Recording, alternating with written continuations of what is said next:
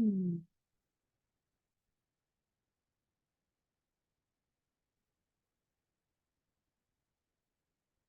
everyone. Welcome to our webinar. We're going to get started just in a couple of minutes here.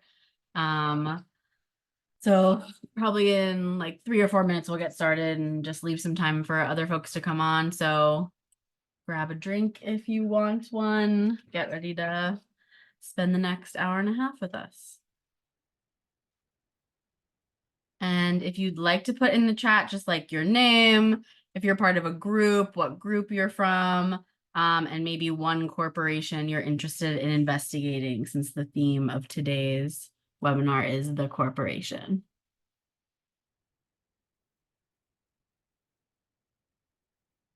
Oh, chat is disabled. Thank you for letting us know that. We will work on that. I can work on that. Thank you, Manira.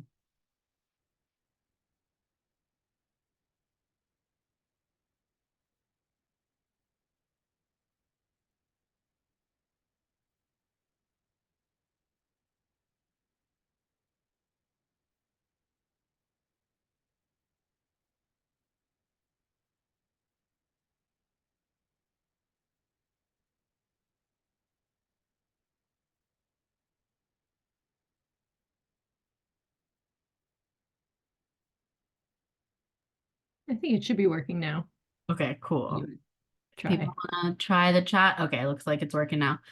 So yeah, if people want to, again, put your name, what group you're from, and where you live, and if there's a corporation you're particularly interested in investigating, just so we can all see who's in the virtual room tonight.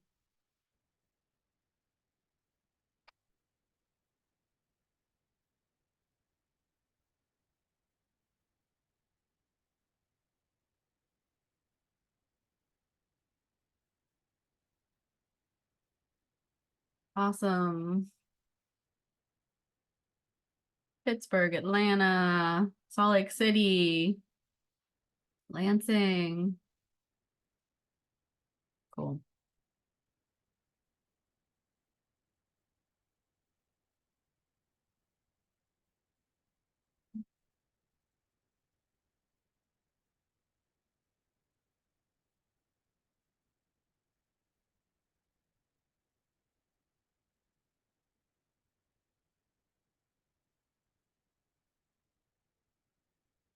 And just wait like 1 or 2 more minutes and then we'll get started.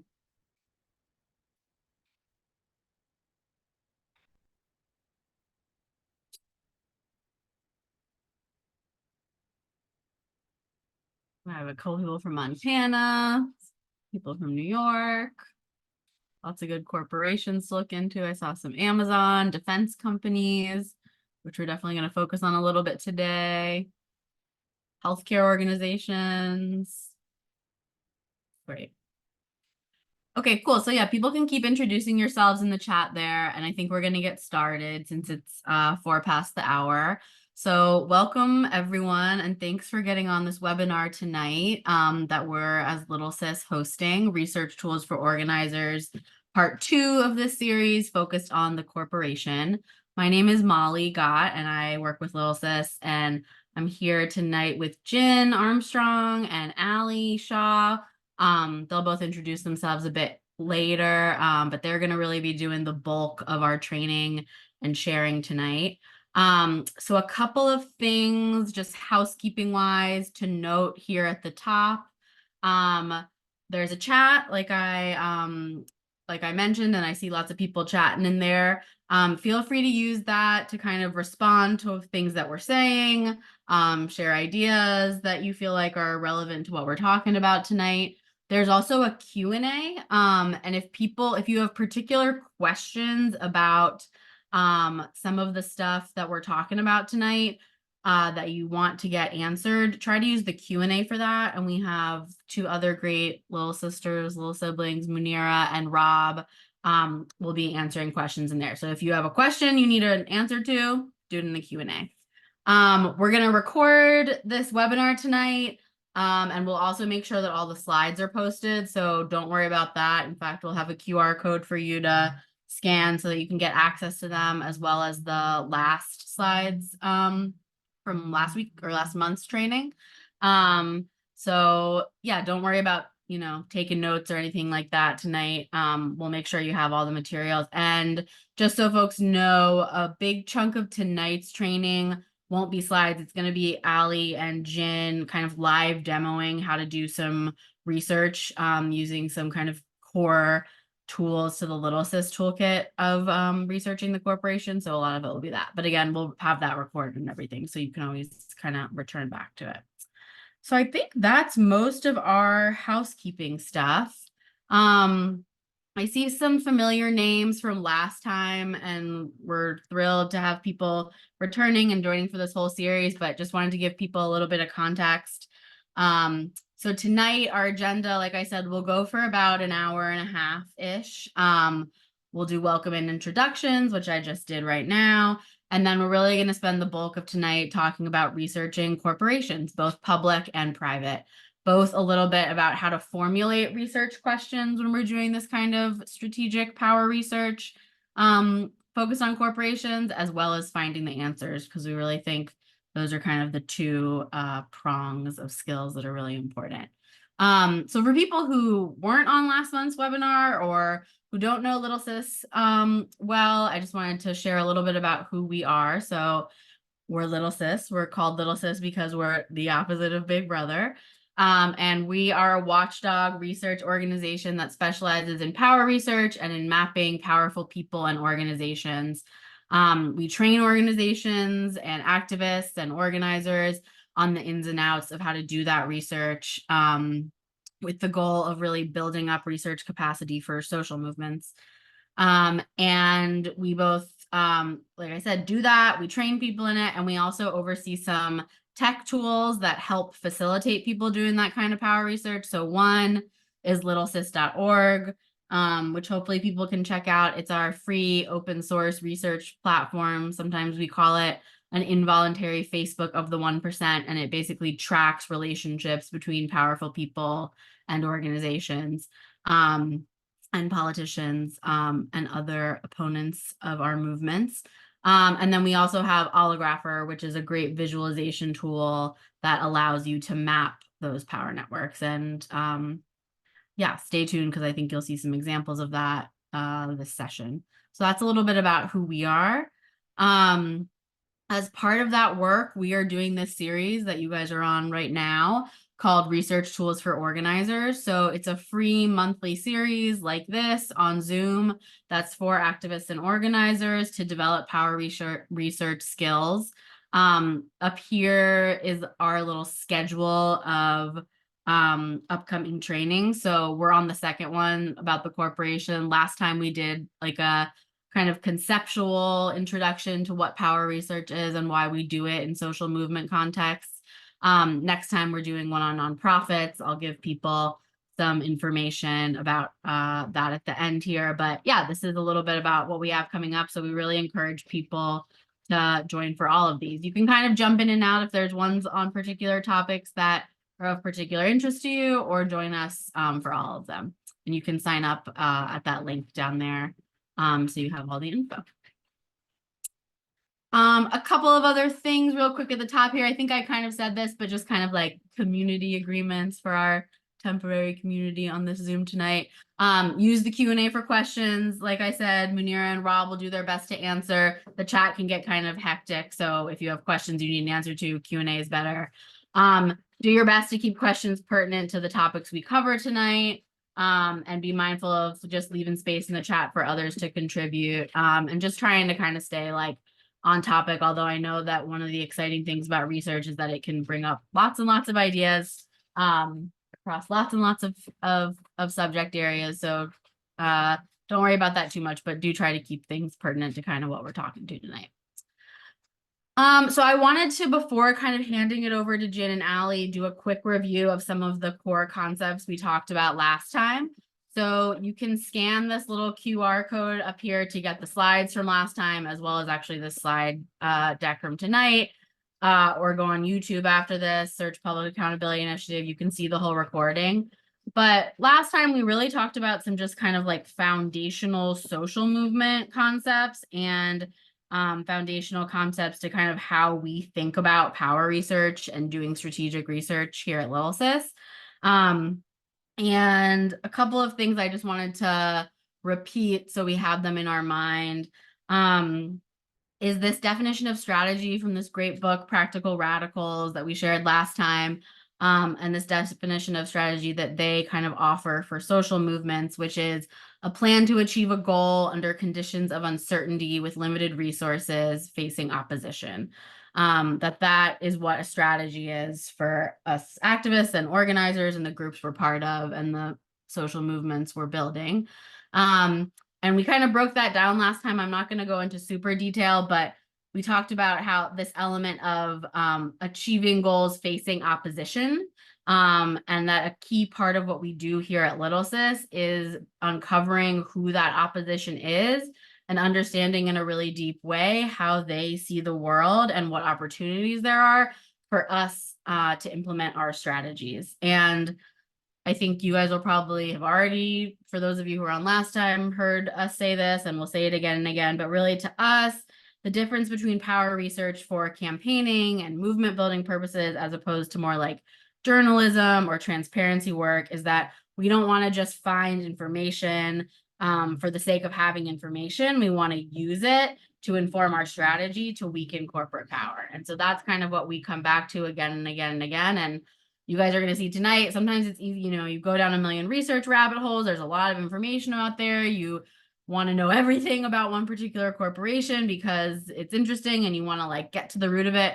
But really, we try to bring it back to what's the information we need to know in order to inform our strategy and to move our strategy. We also talked about the word power, which I've already probably said 10 million times tonight. We call the kind of research we do power research. We kind of define power as the ability to make the world how you want it to be, even against opposition. So again, there's that even against opposition notion in there. And we talked about, again, from that great book, Practical Radicals, these different types of power, and that oftentimes in social movement and organizing contexts, we're thinking a lot about our power and how we build our power, which we should think about, and the different kinds of power that we had.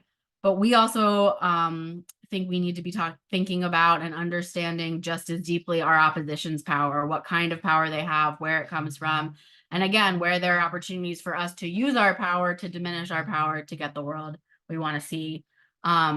Through all the campaigns and incredible work that I know people on this webinar are doing. So I really encourage people, the link to it was in the last slides, but we went into these concepts in more depth last time, and I think they're really helpful from that book again in thinking about like, oh, we say power all the time. What does that actually mean in the context of changing our country and the broader world?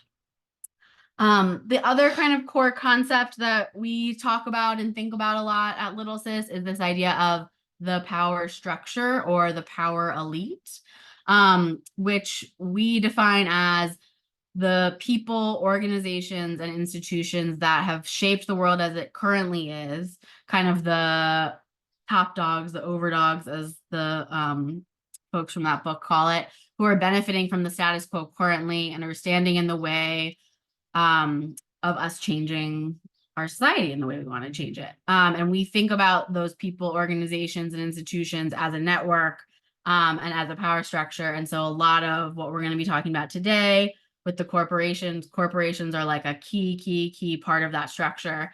And so part of our work is understanding how that structure works, understanding the individual players in that structure. And when we think about kind of defining or for our movements, for the communities we live in, who are the power elite, this is from a sociologist, William Domhoff, who has this kind of helpful framework for identifying the power elite by asking these three questions of who governs, who benefits, and who wins. And again, I think a lot of what Ali and Jen are going to talk about today kind of get at some of these questions. And you can see in this little graphic here, like the power elite, as we understand it, is a lot of times made up of CEOs, boards of directors, boards of trustees. And we're going to be getting in today how to identify those actual real people who are this power elite, who are governing, who are not necessarily always politicians who are governing, who are benefiting from the status quo in many, many different ways, and who are winning policy fights and winning kind of ideological fights as well, although we're contesting for them, of course, too. So before I hand it to Jen, I mean, we're really going to make the transition here to those are the people we're interested, people, structures, organizations we're interested in investigating, and how do we do it? You know, partially we do it through our campaigning, and we gain information through experience fighting these folks. And then there's also kind of more desk research that you can do to figure out who these powerful people and corporations and entities are that are shaping our world. And that's kind of what we're going to focus on tonight, is power research strategies for that. So I think that is most of what I want to say. We're going to return to this, but I think, you know, also we want to encourage people in the chat to be thinking and sharing about, as we're sharing kind of research finds and showing research strategies, how we can use this information in a campaigning and movement building context. Again, there's lots of ways that can happen depending on the work you're doing. But yeah, so I think we want to just kind of dig into how do you actually do this research and what does it look like? So I'm going to hand it to Jen. I don't know, Jen, if you want to introduce yourself real quick and then kind of take it away with how to investigate corporations. Cool. Thanks, Molly. Hey, folks, my name is Jen. I use she, her pronouns, and I'm really excited to talk about corporations, one of my favorite things to research, mainly because of just their overwhelming influence in our society, our economy, our politics. It can just be a really almost gratifying thing to really dig into and better understand. Like Molly said, you know, when it comes to researching something, especially an entity as big as a corporation and understanding the network around a corporation, it's really important to resist the rabbit hole and get really focused early on with good research questions that can help us understand how corporations build power, consolidate power, and wield their power, because that is understanding that is how we understand how they operate, how they're able to exist in the powerful position that they exist in our society, and can reveal to us different ways to interrupt that power, disrupt, build leverage, and just take some of that power back for ourselves. So when we're thinking about a corporate power network, and I'm just talking corporate power writ large, like any corporation, what are the types of things that we might want to know about a corporation? And feel free, I think we already kind of put this prompt out there, but if I'm talking like a very specific research question that you might want to know about a corporation, go ahead and throw them in the chat so folks can get a sense of what are the types of research questions folks have. Molly, if you could go to the next slide. But when we're looking at a corporation, we kind of think about it, the corporate power network, as having 5 essential sort of like buckets that we might want to investigate. And so I'm going to kind of walk through these and the different research questions that might come up that are connected to these different aspects of a corporation's power network. So if we go to the next slide, when it's really essential to remember that, you know, corporations are still, for now, run by people. And so it's really essential to understand who are the decision makers. So that could be just your first research question. Who's making the decisions behind the scenes? Who are the executives? Who's the board of directors? What do their personal networks look like? How do they have the positions that they have? That can tell us a lot about how they're running the corporation and how they're operating in their own personal networks. The next sort of bucket is investors or shareholders. So who owns this corporation? What's their stake? Who's profiting from what this corporation is doing? What else do they invest in?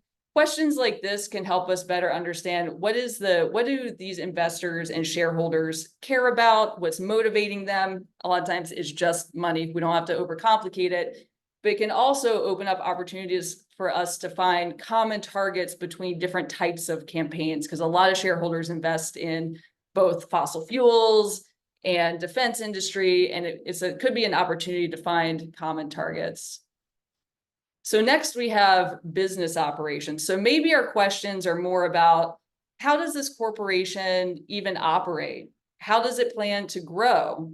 What does it see as its risks? What are its legal and regulatory issues? How much money is it making? Who is supporting this corporation's operation? So who are they hiring to help it do all the things that they're doing? Maybe that's the sort of avenue of research that would help us sort of better understand our target. And then we get into what I think is like we're not going to touch on this tonight, but the most fun questions around philanthropy. So corporations, they tend to care quite a bit about their image and reputations. So some that would even surprise you that how much they care. So maybe our question is, does it have a foundation? Does it sponsor community events? Is it involved in academia in some way? It could be through donations, direct donations from the corporation, or from involvement from its leadership. But either way, that's something that's essential for us to know so that we can see sort of how the corporation is situated, sort of like in our social context.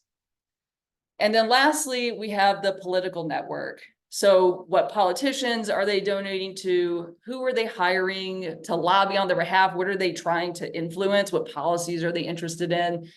That can help us understand. That kind of gets into how is this corporation wielding its power? How is it using its money? How is it trying to influence our politics and our economy?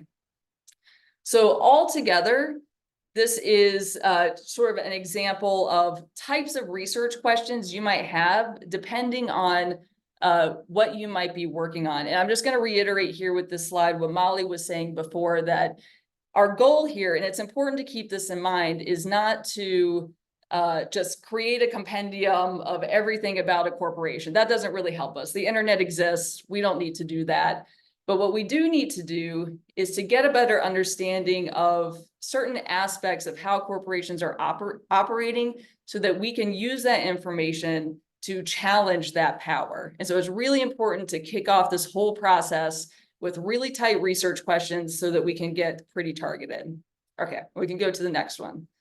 So that chart that I was just showing is just like corporations generally, right? Those would be questions for like any sort of company we might be looking at. But where we go to find that information is going to vary pretty significantly depending on the type of company that we're looking at. So tonight we're going to be looking at research tools, publicly available research tools, so free to use stuff that you can use to research public corporations to get at some of those questions, and tools that you can use to research private corporations to get at some of those questions. But what's the difference? Really quick, if you're like new to this whole public-private thing, the basic, the most basic way to think of it is who owns it. So in a public corporation, think of like the companies that you see on like the New York Stock Exchange or like a stock index. Those companies are up for sale to the public. So they're owned by anyone who purchases a share. So the shareholders own that corporation. And as something that's essentially for sale, they are required to disclose a lot of different information to the Securities and Exchange Commission. Think of it as like a consumer protection type thing. So because they're required to disclose all this information to the SEC so that investors can make an informed choice about whether they want to invest in this company or not. So that's public. Private corporations, they don't have to do that. They are owned typically by founders, executives, or private investors, so they don't have the same reporting requirements. That means that it can be harder to get at some of the information for a private corporation that we could find with a public corporation. But as Ali is going to show us in a little bit, it's not impossible. You just have to be a little more strategic in how you kind of piece it together. All right. So if we go to the next slide. So I'm going to do a really quick overview. We're trying to pack a lot in here tonight of a few public databases that you can use to start to answer some of those questions about a public corporation. And I am going to use Lockheed Martin as my example. Recent data showing that Lockheed Martin gets more money from the federal government than the Department of Education. So a very timely example. And we're going to focus on answering, sort of showing where you can answer questions within these three buckets: leadership, business operations, and shareholders. We're not going to get into philanthropy and the political network tonight, because in later sessions with this series, we'll be talking about that stuff. So we're really going to be focusing in just on these, answering questions within these three buckets. And so we're going to be looking at websites, looking at the Securities and Exchange Commission, and we'll be looking at Whale Wisdom, which has it's an aggregate database for shareholder data. All right, so if we go to the next one, so kicking it off, super simple, and I'm sure this is the first stop for most folks, but the corporate website is typically the first place you want to go looking for any information related to key decision makers, information related to products and services. The Lockheed Martin website at least has a corporate events calendar. You can learn about their governance and policies. It's important to keep in mind that a lot of the corporations that we're looking at, private corporations notwithstanding, but a lot of the public corporations, they're not behind the scenes. Like, they're trying to attract investors. They're trying to show off that they're this great company. So you're going to be able to find a lot more on their websites than you might think, a lot more data, and it's just hidden in plain sight. So it can be tempting just to skip over the easy thing to do, to go to the website. But I highly recommend starting here, especially because you get a window into how this corporation is talking about itself. So before you dive into the behind the scenes SEC documents, get a sense of what their narrative is about themselves. How do they talk about themselves? And again, most importantly, who are the key decision makers and why are they there? And so, like I was saying with the research sort of flow chart questions thing, when we're looking at leadership, we want to understand why, for instance, these folks, these four people here are Lockheed Martin boards of directors. How did they get these roles? As we'll see in these SEC documents, they're pretty cushy. They're pretty high paying to sit on these boards of directors. So what is it about them that put them in this position? And simply looking at their bios can reveal a lot. So Molly, if you could go to the next slide. So this is the bio for Jay Johnson, who is a partner at a really big law firm, Paul Weiss. And you can see here that this is Jay Johnson's Lockheed Martin bio. It's pretty small, right? So this is just what's on his website, what's on the website. You can see that they're pointing out that, right away, you can see connections to the Department of Homeland Security, Department of Defense, the Air Force, Council on Foreign Relations, all things that might be really interesting and attractive to someone who is trying to invest in Lockheed Martin, right? But our first research tip of the night is to, when you're looking at a corporation like this and you're trying to start to map out the personal networks of the decision makers, to not rely just on the bio that you find on the website of the corporation, but to actually look for other bios of that person. So if we go to the next slide, this is Jay Johnson's bio for his day job at Paul Weiss, where he's a partner. And so you can see immediately this is a very different bio. They're highlighting a lot of different stuff because they're trying to highlight his legal chops, right? So they're like talking about some accolades. But one thing that really stands out is that here, unlike at the Lockheed Martin bio, they're listing that he is a trustee of Columbia University. Now, we can, of course, make all kinds of assumptions as to why they wouldn't put that on the Lockheed Martin bio, and they are putting it here. But this is just going to show that taking that extra step when you're investigating the personal network of a decision maker, just keeping in mind that they're trying to like sell themselves in these different roles that they're holding. And so they're going to describe themselves in different ways. And so this is just an example of a research tip to just look for a second or even third bio when you're starting to map these folks out, because this is a piece of information that is really interesting. If I'm a student organizer at Columbia trying to get my university to divest from militarism and being horribly repressed, then it's interesting to me and potentially useful for a campaign to know that this person who is on the board of directors of one of the world's biggest weapons manufacturers is also a director at my university. So just showing that just taking this extra step and doing this type of mapping, just using basic websites, the amount of information you can just find in these bios is incredible. So plug there for doing the easy thing and going to the website. So let's go a little bit deeper. If we can go to the next one. So when we're thinking then about, okay, we got the power map, we know who's in charge, we know their personal networks. Now we want to get into, I got some questions about the business operations, and maybe want to know a little bit more about leadership and shareholders and things like that.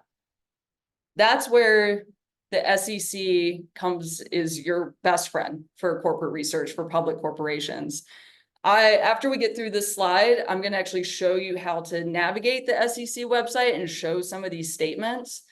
But I wanted to show this slide because since these corporations are legally required to disclose everything, there could be major consequences. If they don't, they have to disclose everything related to their operations and financials. They have tons of different types of forms and reports. It could be purposefully laborious to go through everything. So I've pulled out here what, in our experience has been the 5 most useful forms and types of documents that you can find on the SEC website. And you can use this as sort of like a cheat sheet. If you are investigating a public corporation for the first time, you don't really know where to start. This is something you can come back to and look over. So just quick rundown here. If you are looking for the long-term growth plan of a corporation, you want to know what kind of goals they have over the next few years or what their most profitable segments are. You want to know their financials. The 10K annual report is for you. It's a behemoth of a document, but it's for you. That information is going to be in there. The DEF 14A, if you like nice looking graphs, you want some more details on board and executive compensation, you want to see what kind of shareholder proposals are coming up for review, the DEF 14A proxy statement, that one's for you. That is released to all shareholders ahead of the annual general meeting. And it's essentially a big pamphlet saying, buy more Lockheed Martin. We'll take a look at that one. If you are just bird dogging a corporation and you want to know everything that's happening with that corporation as soon as possible, 8Ks are for you. And that's something you'll want to keep up with. 8Ks are reports on anything that could be considered material, meaning from the SEC's point of view, any change like credit or financing agreements, things like that, that might influence whether or not an investor wants to continue to invest or potentially purchase your shares, that has to be reported immediately. And immediately means 4 to 5 business days. But they're not, meaning they're not allowed to wait until these big quarterly reports that they put out to release that stuff. They have to release it right away. So you'll see tons of these reports. And again, if you're really trying to stay on top of what a corporation is doing, you're keeping up with those 8Ks. The last two here, the 13GA, this is if a big asset manager is trying to take on a lot of stock, so 5% or more is considered a beneficial ownership share. You'll see that there. This is usually just big asset managers that are owning this much. And then lastly, the Form 4, which I always like to look at, insider trades. So this is executives and board members, anyone who is like germane to the operations of the corporation. If they're trading their shares of the corporation, they have to report that. So that can be really interesting to look at, especially when you see a bunch of them trading out their shares all at once. So that, again, this is just kind of like a quick cheat sheet for like really essential reports. Again, if you want to just dive in and look at what you find, that's great. I fully encourage. I think the SEC has a great website. And we're going to look at it right now. So let me take over here. It's like always, all right. Okay. So I'm not going to ask if you can see this. I'm just going to assume that you can until someone tells me otherwise. But all right, great. So this is sec.gov. This is the Securities and Exchange Commission website. It is super easy to use, and I recommend, even if you think they've like added some really cool redesign in here that I can nerd out about it. But so if you want to look up a company, you can do a few things. You can go to filings here. So the Edgar database is what we're going to be working with. So you can click this and go to the search and access, a lot of different resources to use here. Or you can just search directly in this little search bar up here and just put the company name. So you can put the company name. So I could put Lockheed like that, and it'll pull up anything with Lockheed, or you could search by ticker symbol. So the what it goes by on the stock exchange. For Lockheed, that's LMT. So I'm going to click that.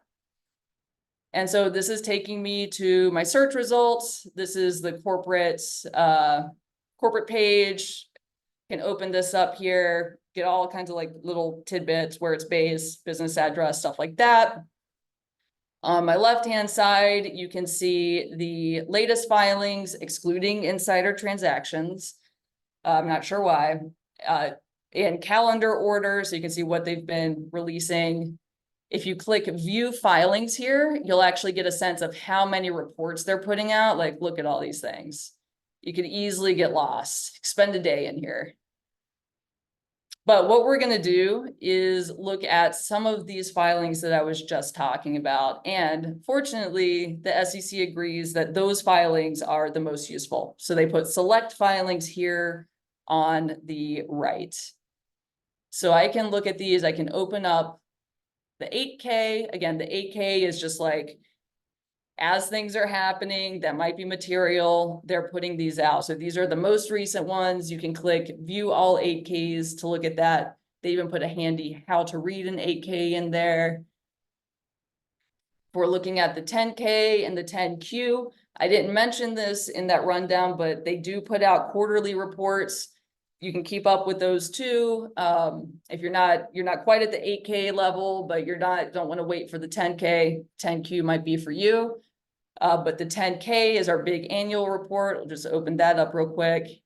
And you can see it's long.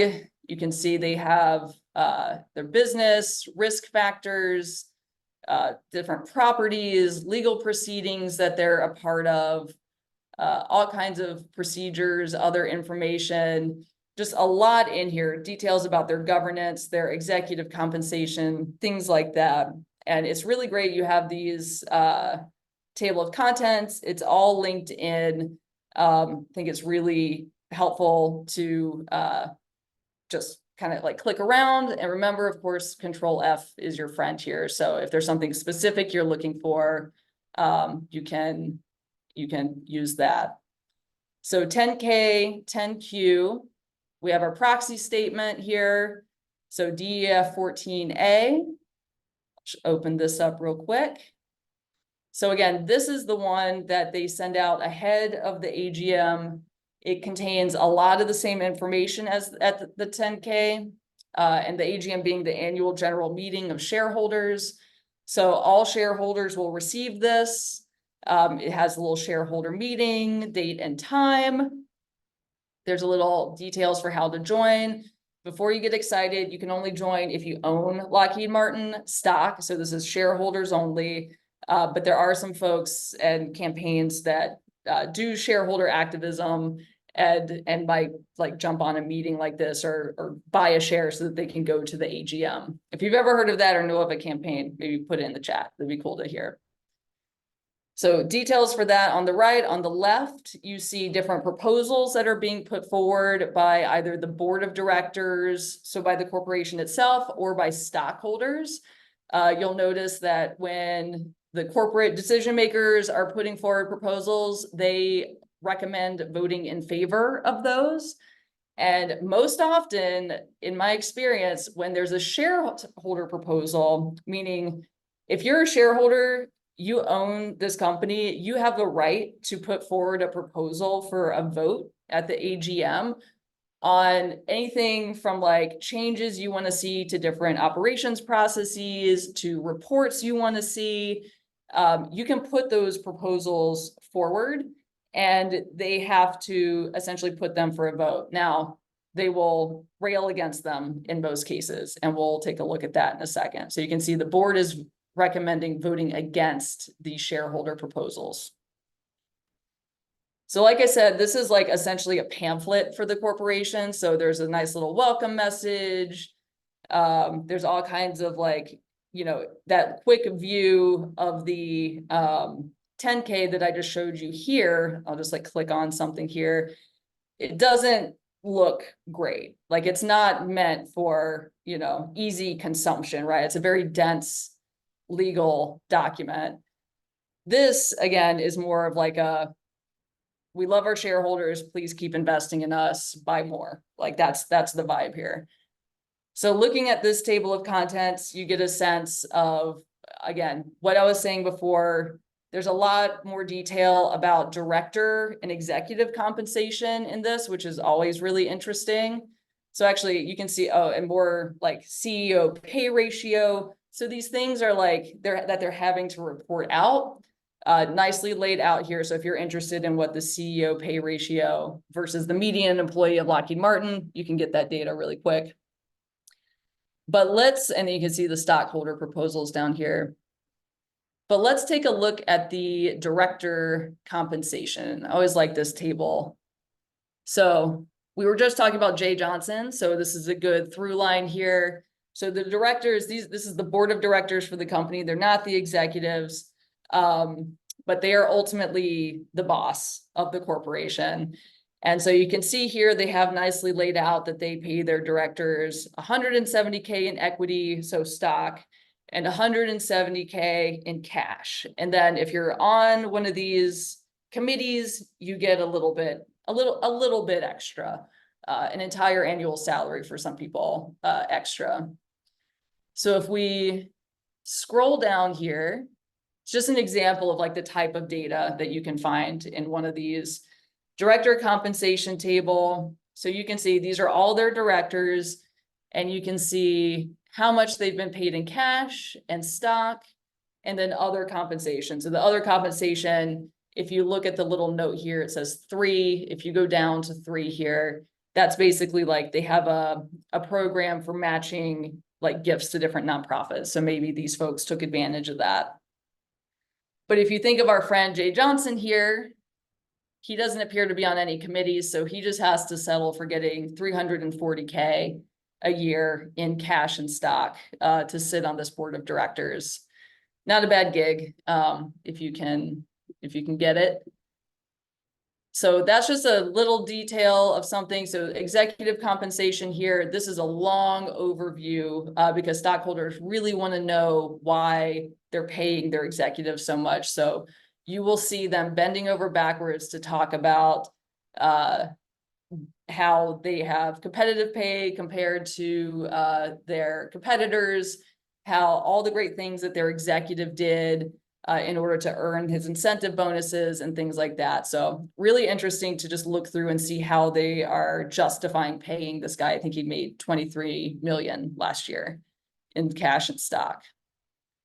But I'm going to hit my up button here and go back to the top, because the last thing I want to show on the DEF 14A is the shareholder proposal. So I'm going to go back to my table of contents here. So stockholder proposals, that's page 79. So we're going to click that.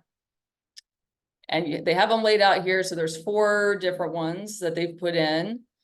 And so I thought this one right at the top was interesting and a great representative example of some shareholder activism. So this is a case of the Sisters of St. Francis of Philadelphia, and along with some others who are put forth a proposal requesting simply a report on the alignment of the political activities of Lockheed Martin with Lockheed Martin's stated human rights policy. And so what you'll see here is this is really how they're usually formatted. So you have like the title, you see right up big, bold, red, board says vote against.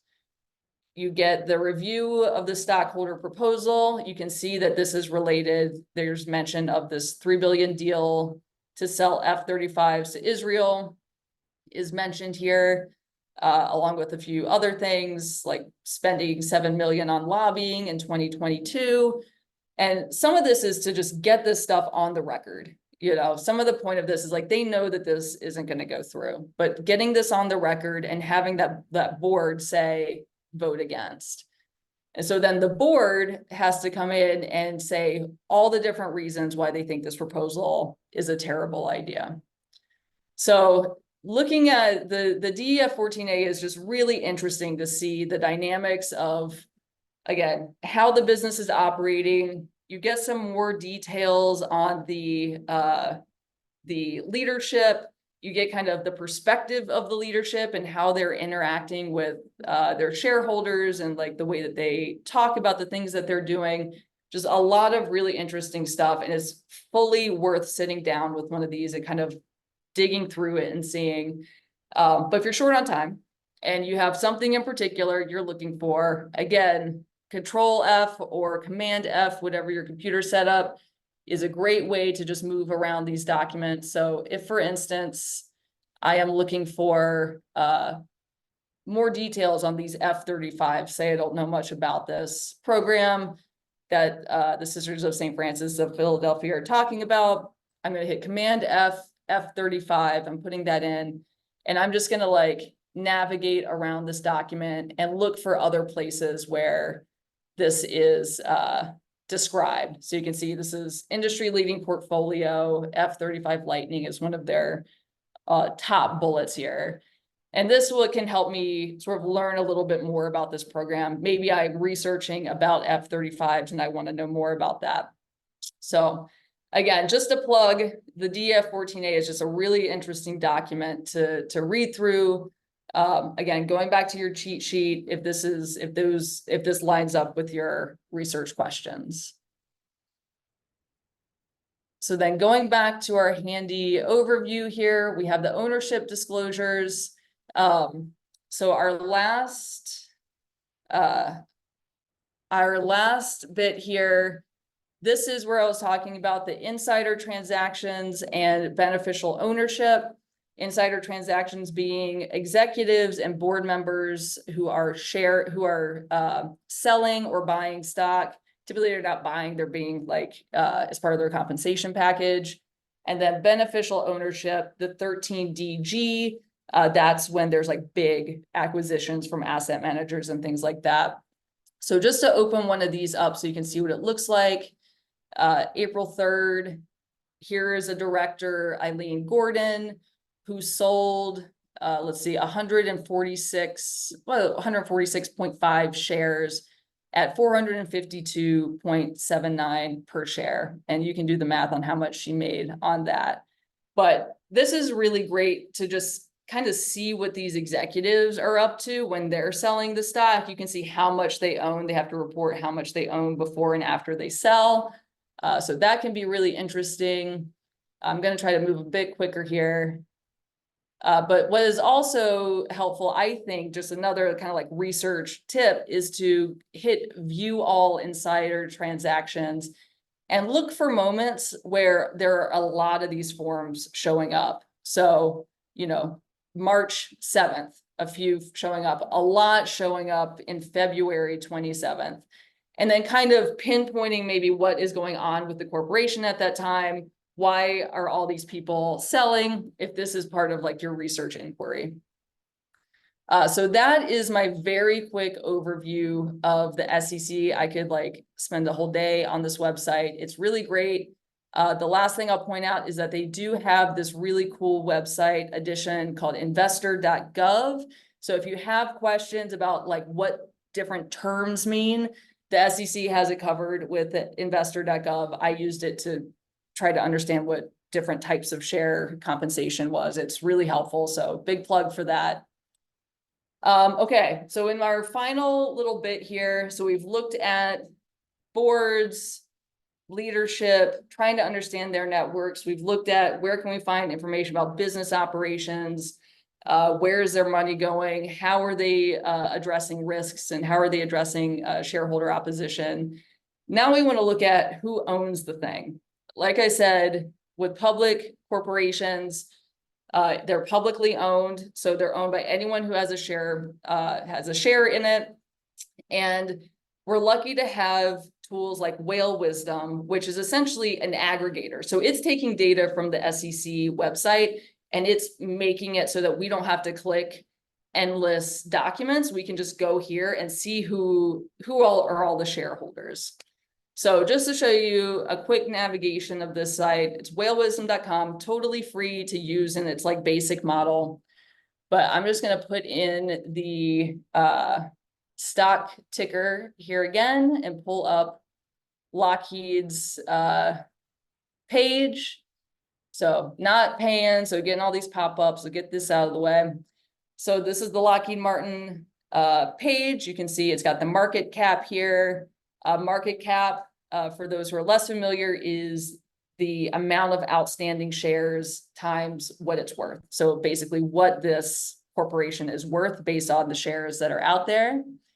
And if you scroll down past all the things that if you wanted an account you could have, you get to this really cool filterable sheet.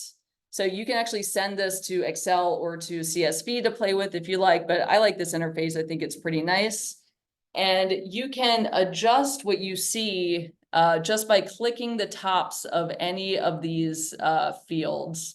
So if I want to see just like who owns the most, I can click market value, click it twice. And I'll see that State Street Corp has $16.5 billion invested in Lockheed Martin.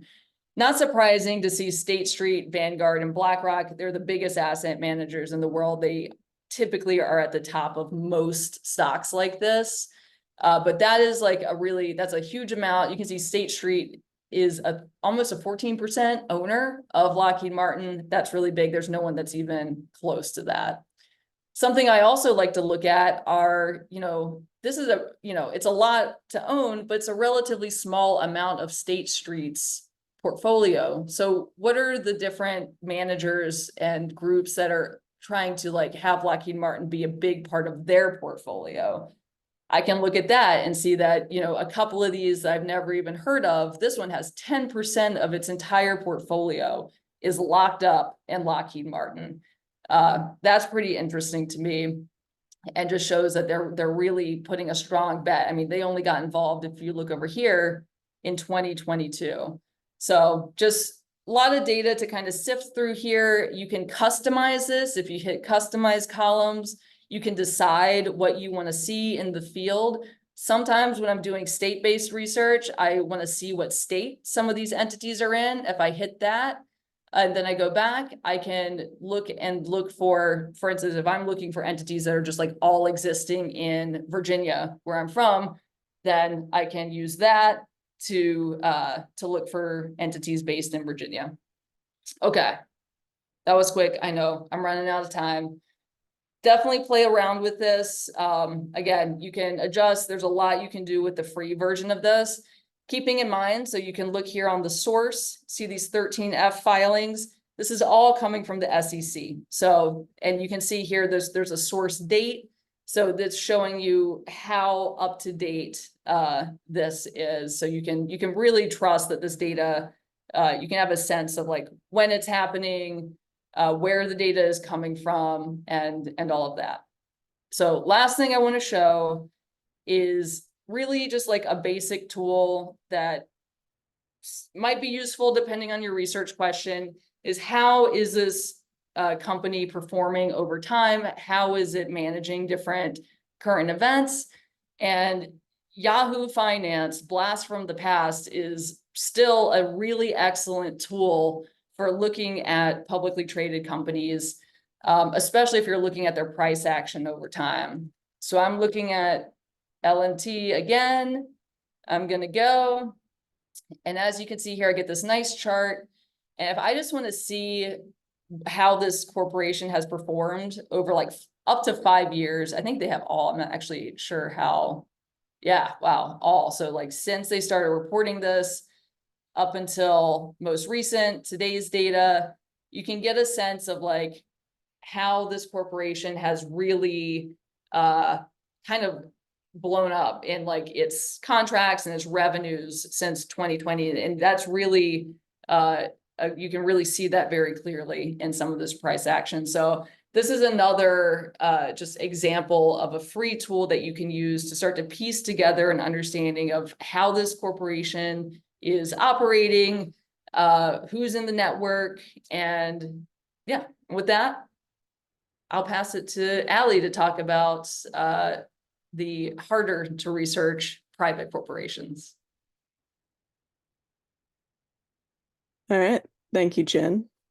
And I'm gonna share my screen in a second. But first I'll introduce myself. My name is Allie Shaw. I'm a researcher, also a little sis, based in Pittsburgh, Pennsylvania. And I'm just gonna switch over here for a second.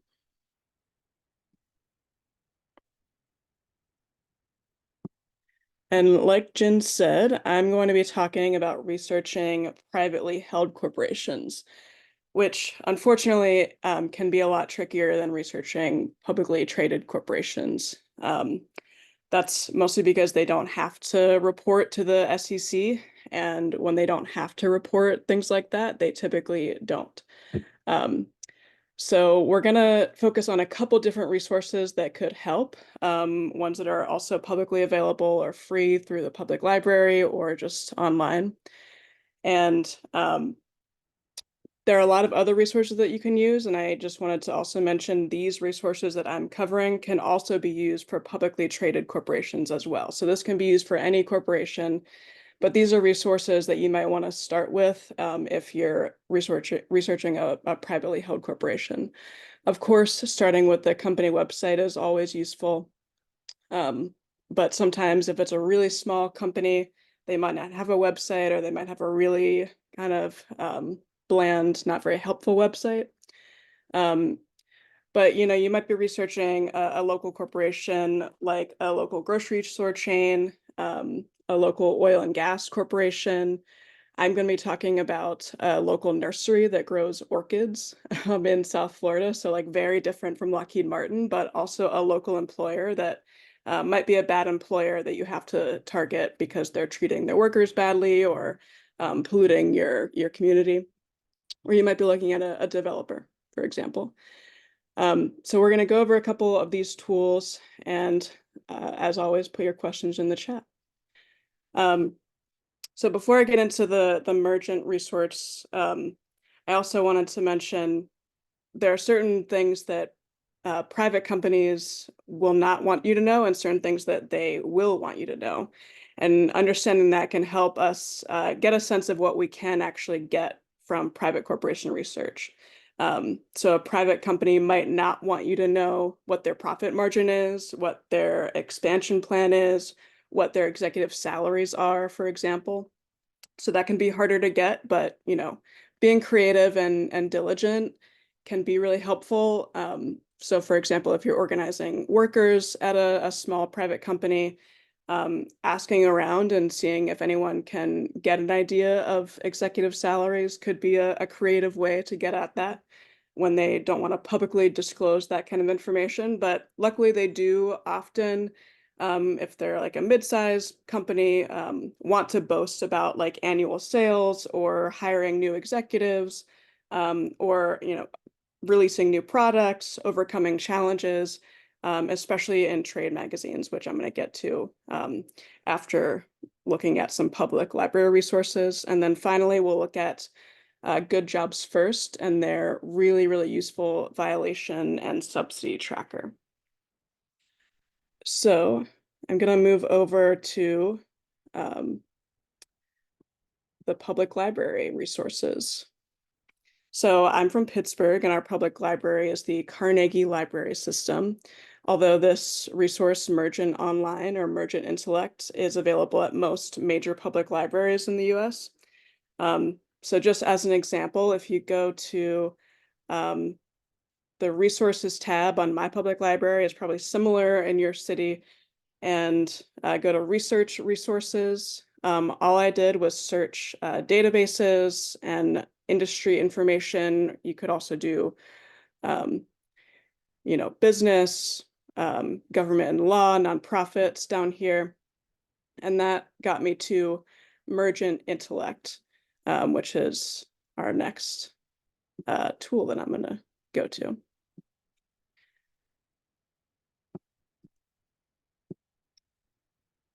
Okay, so Mergent looks like this. So like I said, I'm going to use an example of a company I have been sort of researching in South Florida called Silver Vase that grows orchids. So all you're going to do, and I skipped the login phase, but you're going to log in after you log into your public library. You can access Mergent and search your company.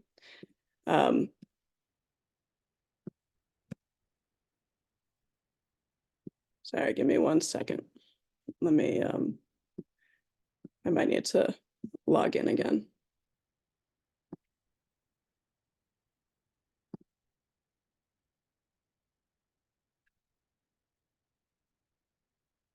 Okay, there we go. So I know that Silver Vase is in Florida, so I'm going to choose that one. And it's going to bring you to the company webpage on Mergent, starting with the first tab, which is basic company details. So it gives you where the headquarters of that company is. You can see down here that it's privately held, the year of its founding, employee ID number, basic information, a phone number. Sometimes this is more than you can find on these small companies' websites. The next tab is financial details. So again, these are all privately held corporations. You usually can't find financial information on privately held companies. So this might be the only place you can do that. But I would still encourage you to fact check with another source if you can. For example, like on here, you can see they have 50 employees listed. I think that's probably incorrect. It might be that they're only reporting full-time employees and don't include seasonal workers or temp workers, or it could just be old data. So I would try to find a second source for that, but this is a good place to just give you a sense of what their sales volume is. So this is, I would say, a mid-sized nursery, about $50 million a year in sales. Next, Hey, Ellie, can I just jump in for a sec? I think people aren't seeing the tab that you're looking at. oh yeah, I'm sorry. That's because I exited out. Can you see it now? Yes, that looks right. Okay, let me go back real quick then. So you can see, as I was saying, the company details is the first tab. This is Mergent. This is after I searched the company in Mergent Intellect. So this is the company details with the information, the basic information that you can find on a company. The second tab is the financial details, where you can see sales volume and employees. This is where I mentioned they probably have more than 50 employees, so I would want to fact check that with a couple other resources I'll mention. The third tab is industry details. So all of Mergent's information is sourced from a business analytics company called Dun & Bradstreet that does industry research. So it's really great that you can access it through the public library like this, because otherwise that kind of research can be very expensive. I'm going to come back to this industry research in a second, because we'll look at some of the specific industry reports that could be helpful when researching a company.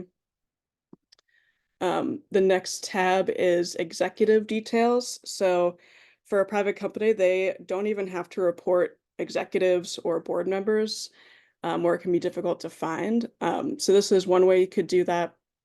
If you scroll down, it gives you the CEO, Andrew Bartha, who is also the founder of Silvervase, and a couple director high-level executives. And then if you click on their name, it also gives you a really basic profile of who they are. And then the last tab here is called the family tree. So that is where you could find subsidiaries or locations for that company. So Silvervase is very small, so it's not the best example when it comes to the family tree. But like I mentioned, you can also use this site for publicly traded companies or larger private companies. So if you searched either one of those, like a larger company with lots of subsidiaries or locations, this could be a helpful way for you to find information on the subsidiaries and where they're located. And you can also export the family tree into an Excel spreadsheet. So for example, another nursery that grows indoor plants in South Florida is owned by a public company, but that company has lots of subsidiaries. So I was able to find some information on them using this family tree. And it can be useful for larger companies. So going back to this industry details page, if you click through these links here, sometimes it'll have a PDF here, sometimes not, but you can go to this industry research also on Dun & Bradstreet. It's called Mergent First Research, and you can get an industry overview. And actually, we're going to go back to where I log in. So if you click through that link, like I did before on Mergent Intellect, give me a second. It'll bring you to industry reports that they do every year on Dun & Bradstreet that can be really helpful when researching a company, because a lot of times you will not be able to find information on profit margin, for example. Like I said, they might not want their competitors to know that or to know anything about their operational costs, because it could be a disadvantage to them. So you can extrapolate some information from these industry reports and apply it to the company that you're looking at. So in these industry reports, this is just an overview. You can dig into each of these sections, but it gives you an industry overview. So some of the top nurseries, greenhouse nurseries in the country, industry updates, what's going on in the industry right now, industry forecasts. So where do industry experts think this is going to go as an industry? Is it going to grow? Is it going to decline over the next few years? So based on this, it seems like the horticulture industry or the indoor plant industry is going to grow over the next few years. It can give you insight into issues or challenges that the industry faces. And I'm going to come back and point out one of those in a second. It can talk about business trends, so what products are trendy right now, or what avenues or products are companies verging into. What opportunities are they taking advantage of? And down at the bottom here, it can give you more financial information. So if we look at the financial information, that can give us a little bit of a sense of what these companies are actually making. So on Merchant Intellect, we found that Silver Vase was about a $50 million company a year in sales. And if we scroll down on this financial information tab, we can see that for medium-sized companies in this industry, making up to 50 million, so that's where Silver Vase comes in. The net income for these companies typically on average, or the median, is about 0.5%, which is not nothing. It's not a great profit margin, and we don't know exactly what Silver Vase is making, but this can give you a rough idea of what these companies are bringing in. And you can use that to inform your bargaining with the company when you get a sense of how much money they're making in profits. And I'll go back to this overview for a second to point out another example of why you might be interested in an industry report like this. So one of the business challenges that they point out is that the nursery industry, the sale of indoor plants and flowers can be highly seasonal. It occurs mostly in the spring, and especially around holidays like Mother's Day and Easter and Valentine's Day. So if I was going to target a company in this industry, growing indoor plants, treating their workers poorly, I might want to take that high sales month or season and use it as a tactic to inform my tactics and my campaign. So if I know this store is going to be trying to make a lot of money or run a new ad campaign in the spring, I might want to have my tactics escalate up to where we're exerting most of our power around then to really get the most leverage over them and make them pay attention by attacking their profits that month. So the next thing I'm going to go to is industry and trade magazines. And I'm going to go to another indoor plant trade magazine that I've been using a lot in my own research. They are very niche magazines. Trade magazines are usually not for the general public's consumption. They're usually just targeted at industry insiders, and that can be really useful to us sometimes. So you're going to have to find whatever it is, your industry. Every industry has a trade magazine pretty much. There's a lot of content out there. And we're going to look at Greenhouse Grower, which is an industry magazine run by a big media corporation that has a lot of these different trade magazines for the agriculture industry in the US. This is for greenhouse growers or climate controlled growers in the US. So first, one thing that they typically do is they can help you get information on the largest companies in that industry. And this is a great example. It just came out this month, and I used their past list for a research project I was doing. So every year, this industry magazine puts out the top 100 growers in the country. They give you a little bit of a reflection on what's been going on in that industry for the past year. It covers acquisitions, covers some of the companies that have moved up and down the rankings.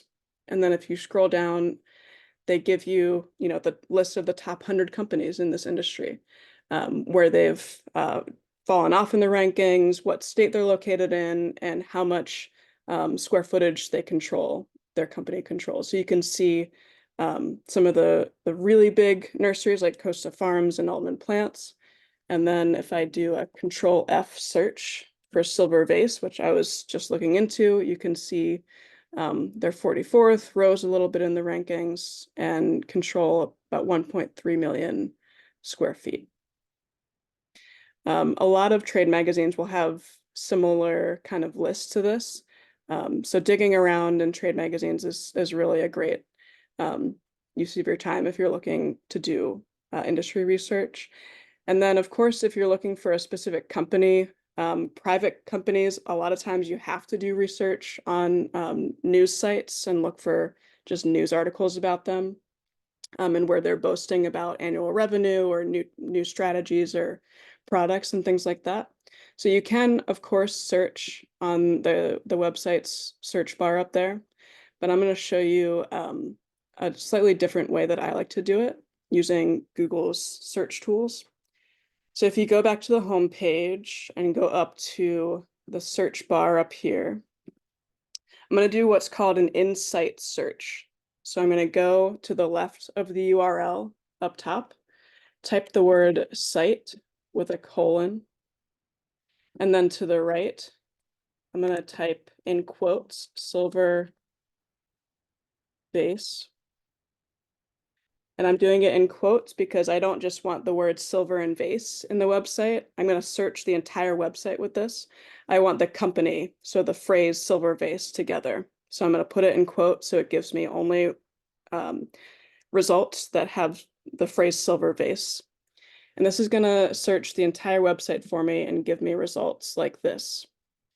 So not only can you see, just like if you had searched in the website, you can see every article that Greenhouse Grower has written about silver vase, which may be useful. So it, has debuting new products, ready to take on the heat. So that might be about heat challenges, which is a big challenge in the industry, intense heat in Florida and California. When I was using this website, one thing I was researching a lot was acquisitions. Greenhouse Grower was reporting on all acquisitions happening in the industry. So one thing I did a lot was I used this tools option when you do this insight search or any Google search. You can go to tools, come down here to where it says anytime, drop down, and you can say, I only want recent articles. So I want recent news about this company. And you can click past year, and then it'll only show you articles from 2024 or, in the past year. So some dating back to late May of last year. And you can do that for any time frame. You can do a custom range. So what I would do if I was interested in a specific company and their acquisitions just in 2015, when they were doing a bunch of acquisitions, I would do a custom range for just 2015 and do an insight search on Greenhouse Grower. And they had reported on every single acquisition and had done a little summary of why that specific nursery had done each acquisition. So it can be a really useful tool. It's just a matter of finding the right industry and trade magazine. And the final tool I'm going to go over is called Good Jobs First. They're a really great corporate and government watchdog organization, and they have really useful databases that you can see all listed on their front page here if you go to goodjobsfirst.org. We're going to go over the violation tracker and the subsidy tracker that are both really great ways to find information on public and private companies.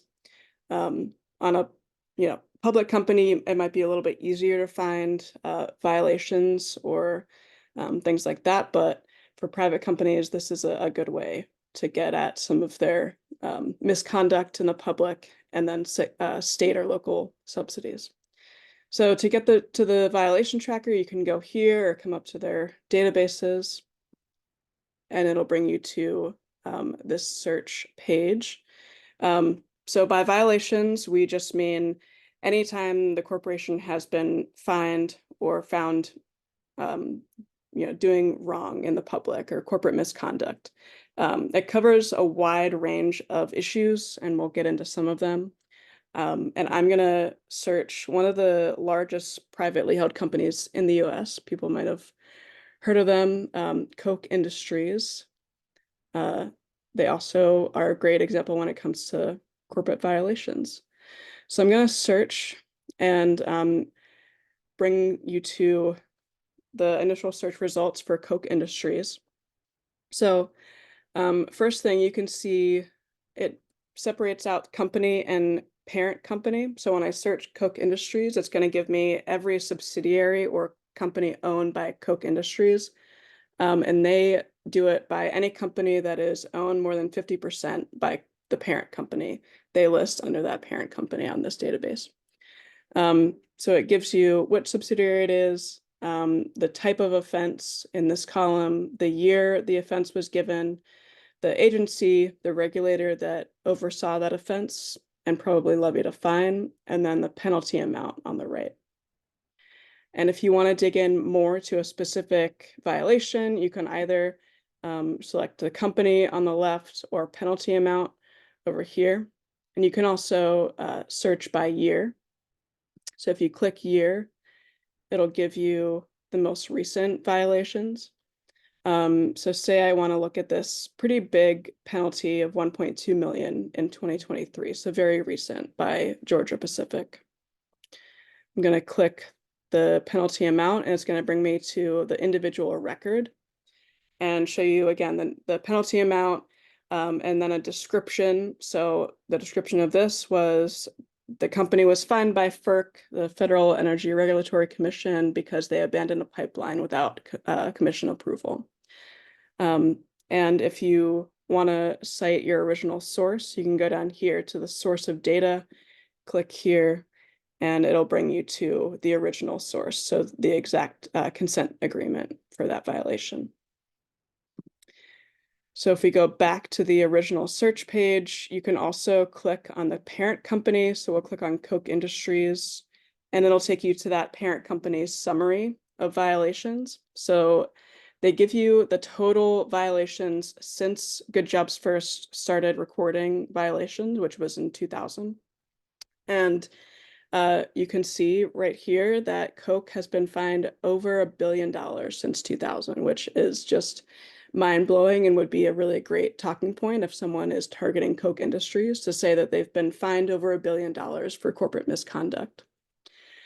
It categorizes their offenses into these broad categories up top, the offense groups, and then the second box here is top primary offenses, which is subcategories. So not just environmental related, but it actually gives you air pollution related. So you can see just for air pollution, Koch was fined $256 million and violated air pollution laws over 90 times. And then if you scroll down, you can again see each individual subsidiary's violation and the penalty amount. And you can also, again, download these results if you get a company with lots of violations, like Koch Industries. So now I'm going to go over to the subsidy tracker. This is again on Good Jobs First, and this is exactly what it sounds like, tracking subsidies, corporate subsidies, that either local governments, state governments, or the federal government gives to corporations. We are also going to search for Koch Industries again, but I wanted to note you can also search by state. So I live in Pennsylvania. I could scroll down and just search for subsidies given in the state of Pennsylvania, and then sort it by amount and see the top corporations receiving subsidies in my state, which is a really quick and easy way to do that if you're interested. So I'm going to search for Koch Industries again, and getting a very similar looking results page here. You can see subsidiaries on the left, the parent companies, the location, so the state where they received that subsidy, the source, so is that a local, state, or federal subsidy, the year that it was awarded, subsidy value, and then type of subsidy on the right. And they even label mega deals for you, any deal that's over $100 million. And you can again sort it by year or subsidy value. So if I sort it by year and I want to see a very recent example of a subsidy handed out by Oklahoma, seems to be a big one. You could click on the company on the left and it'll bring you again to the individual entry and give you a description of what that subsidy was for. Gives you a pretty nice description of the project if you're doing research on expansion in your state or that project specifically. And then it'll give you the awarding agency. So this was awarded by the Commerce and Industry Board, and it's a property tax abatement. And again, you can see the source of the data down there. So this is a really easy to use tool. Again, private company research can be really difficult, but this is a really great place to start. And that brings me to the end of my section, but you probably remembered our little corporate power structure map in the beginning that has, corporate philanthropy and political connections. And we didn't get to those tonight, but we're going to be digging more into that in future trainings when we do how to research nonprofits, how to research individuals, and then how to dig into campaign finance and see who these corporate leaders and corporations are giving money to. So with that, I'm going to turn it back over to Molly. Awesome. Thank you, Allie. And thank you, Jen. That was great and super helpful. And lots of exciting information. So yeah, like Allie said, next month, our next training is going to be on June 20th at the same time, 7 o'clock Eastern, and we're going to be focusing on nonprofits. So I saw some questions in the Q&A in the chat about like looking at Form 990s. This is going to be covered in this next one. Nonprofits include colleges and universities, cultural institutions like museums, corporate kind of trade groups or front groups like chambers of commerce. So this is going to be another really great one for folks to join. And the information is right here. And you can go to littlesis.org to sign up as well. A couple other just quick resources. We have a toolkit online that you can find at mapthepower.net that goes into a lot of the stuff we covered tonight as well, even in more detail. So if there's questions you have from what Allie and Jen shared tonight, you can also check that out. And there's other kind of flow charts and tools for figuring out your research plan, kind of if you're at the beginning of that and are like, oh, I'm overwhelmed, I don't even know what I'm looking for. So check out mapthepower.net. We'll send a follow-up email that has the link to the slides and the recording of tonight's webinar, but you can also scan this QR code right now to get them. I'll leave that for a couple seconds for people to scan.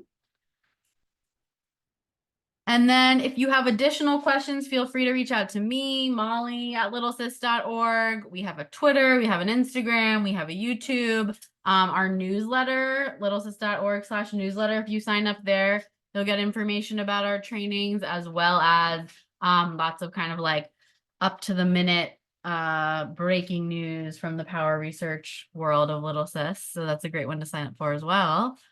And then the last thing, as my dog starts barking in the background, is to donate to our work. We do these trainings for free because we think they're a really important resource for our movements, and we're happy to do it, but we're also always happy to have folks give a little something in the pot to help us sustain this work. So you can go to littlesis.org/donate to donate. And I think we're right at 8:30, 2 minutes early. So thank you everyone for joining us, and thank you to Allie and Jen for sharing such awesome resources.